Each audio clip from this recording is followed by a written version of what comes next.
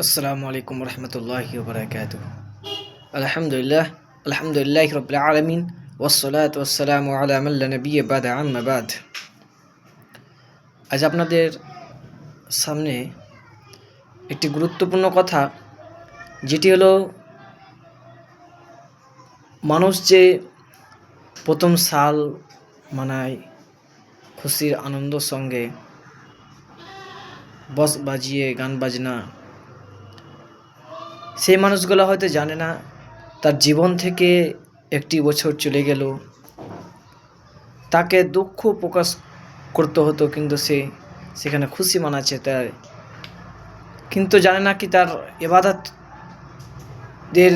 যে জীবনে বেঁচে থাকতো তাহলে এক বছর আরও কত ইবাদত করতে পারতো, কিন্তু এক বছর তার কাছ থেকে চলে গেল, কিন্তু সে বেকুফ গান বাজনা বাদ্যযন্ত্র নিয়ে ব্যস্ত থাকে।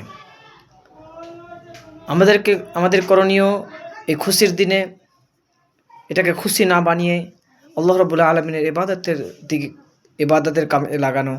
কিন্তু মানুষ আজকে গান বাজনা করে নিজের টাইমকে শেষ করছে, নিজেই তো গুনাহ করছে, কিন্তু অন্যদেরকেও গুনাহ করতে মজবুর করছে। তাই জন্য নিজেরা গুনাহ করে এবং অন্যকে গুনাহ করার জারিয়া করে দেয়। তাই জন্য তাকে তার সাদকা হিসাবে তার গুনার কাজ যে নিজে করছে এবং অপরকে করছে, তার গুনার ভাগ কিন্তু তাকেও নিতে হবে।